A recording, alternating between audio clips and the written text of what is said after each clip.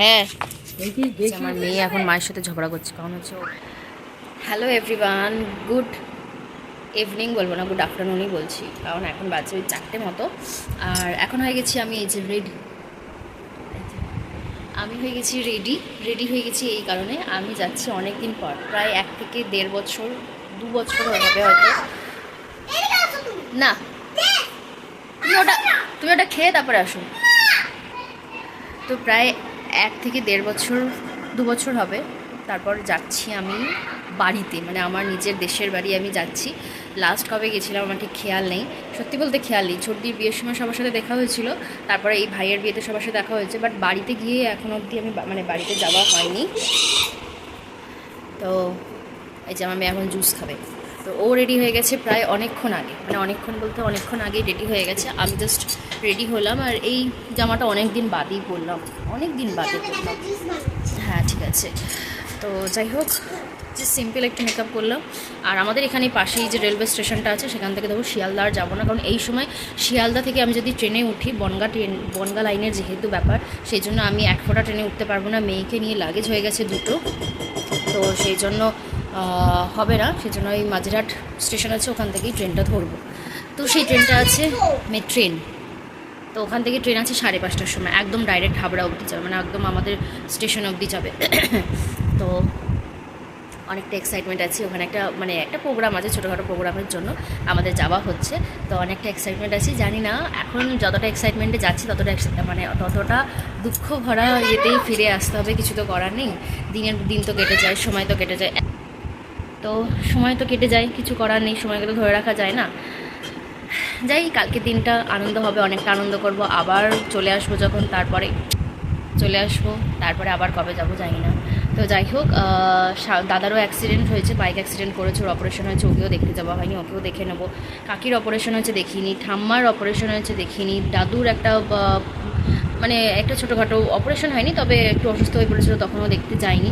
কিন্তু হসপিটালে দেখতে গেছি, এই নয় যে একদমই দেখতে যাইনি, সেটা ভেবো না তোমরা। আমি হসপিটালে দেখতে গেছিলাম, হসপিটালে দেখিয়েছি। যেদিন অপারেশন হয়েছিল সেদিন প্রত্যেকের অপারেশনের টাইমেই আমি ছিলাম। তো কিন্তু বাড়িতে গিয়ে দেখা হয়নি, সেই সময়টা আমার হয়নি, সেই সুযোগটা আমার হয়নি। তো আজকে ফাইনালি যাচ্ছি, তো চলো একদম তোমাদের স্টেশনে গিয়ে তোমাদের সাথে দেখা হবে, যে কোন স্টেশন থেকে উঠছি। চলো টাটা।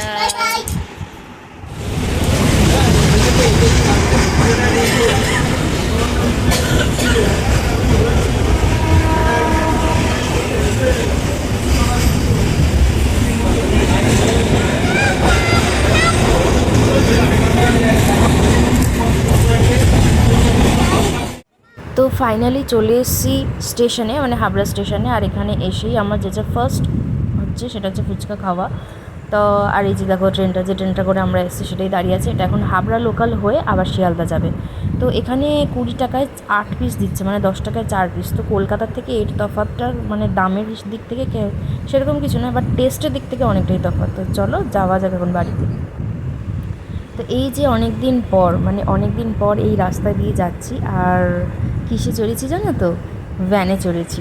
তো প্রায় সময় টোটোতেই যাওয়া হয়, বাট যেহেতু গরম সেই জন্য হাওয়া খেতে খেতে, একটা ফ্রেশ এয়ার নিতে নিতে আমরা যাচ্ছি এখন বাড়িতে। এই যে আমার মেয়ের এটা ফার্স্ট।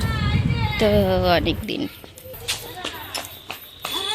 অনেক দিন পর নিজের বাড়িতে পা রাখলাম।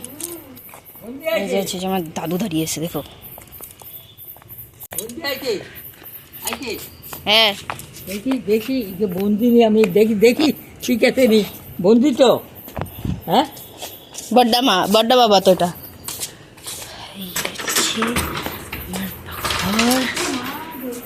তো এখন প্রায় বাজে ওই 10:30 মতো। আর এই যে আমার মেয়ে এখন মায়ের সাথে ঝগড়া করছে, কারণ হচ্ছে ও বলছে এখন খেলবে, আর আমার মা ওকে শোয়ার জন্য ডাকছে, আসবে না, ওখানে আমার ছোটো বোনের সাথে খেলবে। আর আমি এই ঘরে এসে বসেছি, এই যে অনেক দিন পর নিজের ঘর দেখতে পাচ্ছি, মানে প্রায় 1 বছর পর নিজের ঘরটা দেখে ভালো লাগছে। এই যে আমাদের মন্দির এখানে। তো যাই হোক, আমি এখন বসে আছি সামনে, এই যে বসে আছি এখানটা। তো এখানে বসে আছি, আজকে রাতটা তো কেটে গেল, কালকে সকাল আসবে, সবাই আসবে, অনেক একটা প্রোগ্রাম আছে। তো তারপরে আবার রাতটা কেটে যাবে, আবার পরদিন সকাল হবে, বেরিয়ে চলে যাবো। কী করবো, আবার যে কবে আসতে পারবো জানা নেই। এই দেখো আমাদের মেয়ে আমার মানে মায়ের সাথে ঝগড়া করছে, তুমুল ঝগড়া করছে যে ও ঘুমায়নি, আমি ওর সাথে খেলবো, এখন ঘুমাবো না। যে দাদা ঘুরঘুর করছে, দাদার এই যে অপারেশন হয়েছে, এই দেখো হাতের কাছে অপারেশন হয়েছে। চলে আয় মামা, ঘুমাবে, চলে আসো বাবা। এই দেখো দাদার অপারেশন হয়েছে, তো এই জন্য আসা হয়েছে। এই দেখো।